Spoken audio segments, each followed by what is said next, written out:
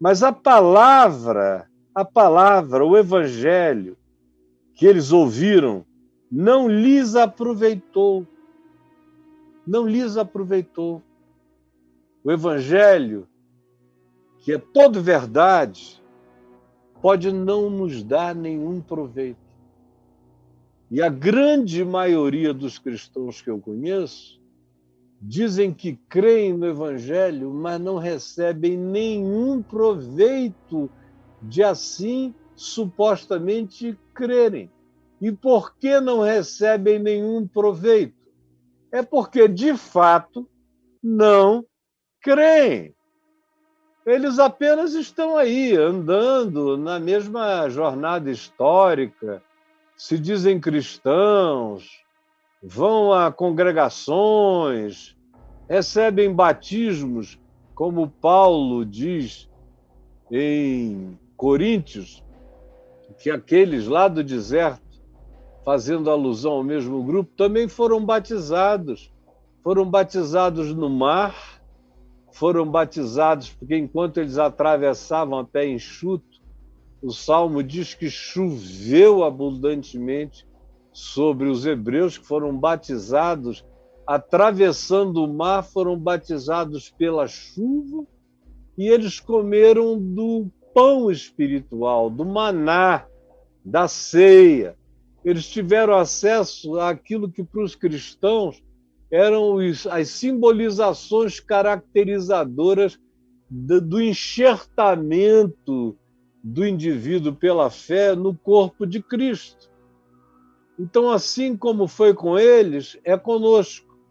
E agora que se diz, nós, que eles, tanto quanto nós, receberam a boa nova.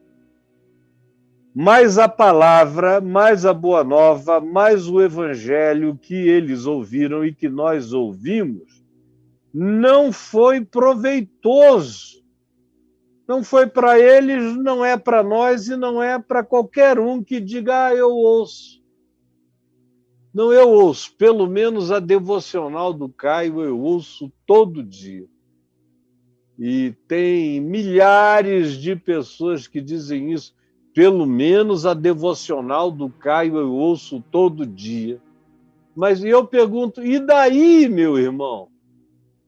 Aquele pessoal lá do deserto recebeu a boa nova de libertação e andou numa congregação durante 40 anos, só debaixo de chicote, chamado pela maldade deles, pela dureza deles, pela ingratidão deles, pela dureza do coração deles, pela incredulidade, pela falta de fé, pela rebelião contínua à palavra que lhes era dada gratuitamente.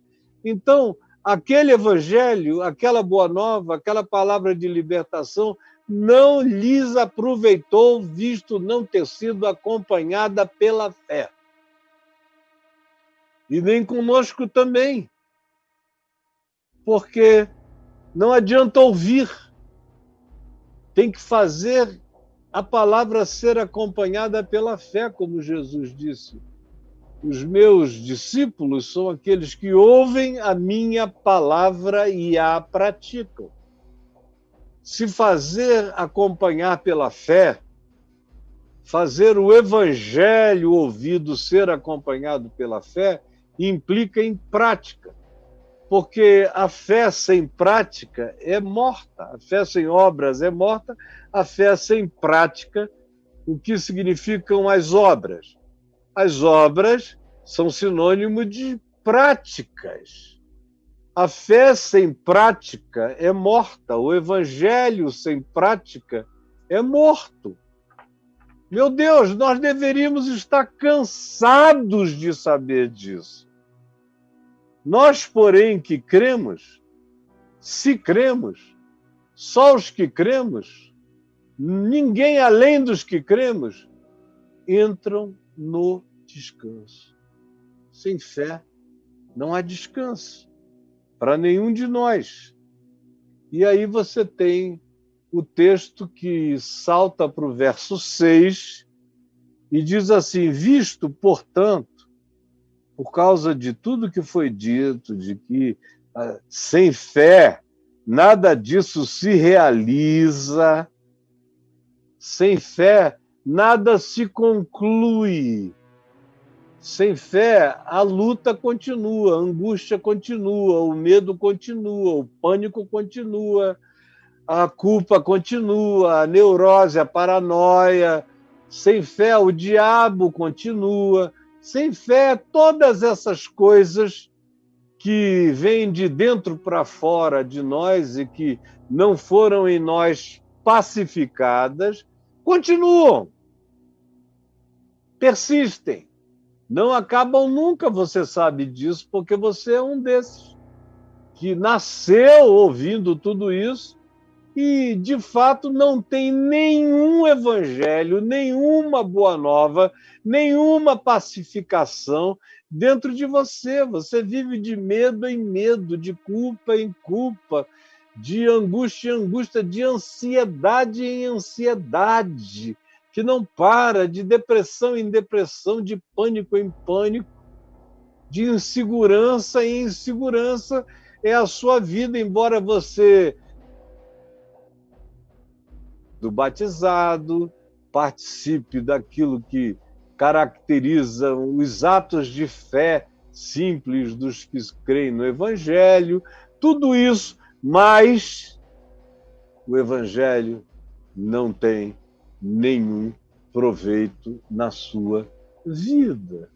Minha amiga querida, meu irmão querido, nenhum. É por isso que há uma quantidade enorme de cristãos angustiados ao ponto de quererem se suicidar, porque nunca conheceram o descanso que decorre do Evangelho ter nos possuído. E ter nos possuído significa que ele foi acompanhado pela fé, pela prática. Aí ele nos introduz no descanso. Se você diz que creu no Evangelho e no teu coração não recebeu a paz com Deus, a paz de Deus, paz com Deus que me pacifica de toda culpa, e a paz de Deus, que é esse poder de atravessar a tribulação em paz. Porque eu estou possuído por essa presença real e eficaz de Deus em mim. Porque a promessa não está num livro, está escrita dentro de mim. E é com base nessa palavra promessa do Evangelho que eu pratico tudo que pratico na vida com fé. E aí, gozo o descanso. Sem isso, não tem descanso. Nós, porém, que cremos, entramos no descanso. Nós tivemos, qualquer que tenha sido a angústia de obras anteriores, se eu não fizer isso, se eu não fizer aquilo, se eu não for desse jeito, eu nunca terei descanso. Primeiro a gente crê, para a gente conseguir praticar.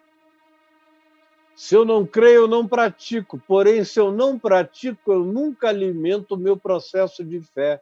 Se eu não alimento o meu processo de fé, eu nunca entro no descanso. Eu nunca tenho a minha vida concluída na paz. Como diz o verso 3. E aí, a gente chega no verso 6 e diz: visto, portanto, que resta entrarem alguns no descanso de Deus, como você. Alguns entraram, a maioria não entrou. Você está entre aqueles que não experimentaram até o dia de hoje o significado do descanso de Deus. Tem gente que pensa que o descanso de Deus é nunca mais ter problema financeiro, ter emprego estável, ter filhos que cresçam como projeções, quase que como clones da gente, não ter filhos diferentes, com ideias diferentes, com interpretações diferentes da vida.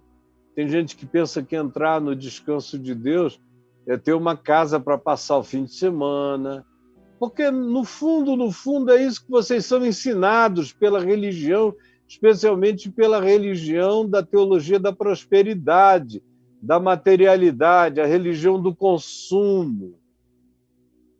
Aí vocês não conseguem nem imaginar a ideia de que aquele irmãozinho, aquela irmãzinha, que não tem quase nada, podem ter infinitamente mais paz do que você, que tem tudo e é vazio, angustiado, todo medicado e com medo de morrer, outras vezes com vontade de morrer e até de se suicidar, porque não entrou, não aproveitou o descanso, não fez a entrega.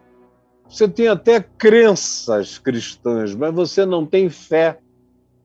Crença tem a ver com a cultura da aceitação de um conjunto de afirmações que tem viajado dentro do escopo do que você chama minha história de vida cristã. Mas isso é só crença, não é fé. Fé é uma patolada, fé é ser rasgado pela pata do leão de Judá. Fé é aquela confiança que diz, ele disse, eu vou botar o pé no nada sem fazer perguntas. Eu não preciso de demonstrações, de sinal no céu, de milagres, de curas, de sinais, prodígios e maravilhas para eu crer. Eu passei dessa infantilidade. Quem não gosta de sinais, prodígios e maravilhas? Quando eles vêm, aleluia. Se eles não aparecerem, a minha fé é maior do que sinais, prodígios e maravilhas. A minha fé está ancorada na ressurreição de Jesus, não na cura do coxo na entrada do templo. Minha fé está ancorada na ressurreição de Jesus, não na ressurreição de Dorcas por Pedro. A minha fé está ancorada na ressurreição de Jesus, não em nenhum milagre como que Paulo e Barnabé operaram em Icônio, levantando um paralítico. Não, esses são apenas aspectos, são apenas cerejas, que quando vem, o fundamento é outro. E ele nasce e eclode da ressurreição. Portanto, resta que alguns entrem nesse descanso e que, por causa da desobediência, todavia, não entraram. Não entraram. Todos esses que ouviram a boa nova, mas em cujos corações a boa nova não se fez acompanhar de fé e de prática de fé, não entraram, não entram, nem entrarão. Vão continuar cristãos até morrer sem provar o benefício do Evangelho nem um dia sequer nas suas vidas. Nem um dia. Eles são tão sem Deus no interior como aqueles que eles acusam de serem ateus. Eles não são ateus na crença, mas são ateus na prática. Porque lhes falta essa fé que, pela prática, pela obediência, nos introduz no descanso de Deus. Não é possível que você não esteja me entendendo. Até uma criança de 6 anos está me compreendendo. Você só não vai levar isso para a vida se não quiser.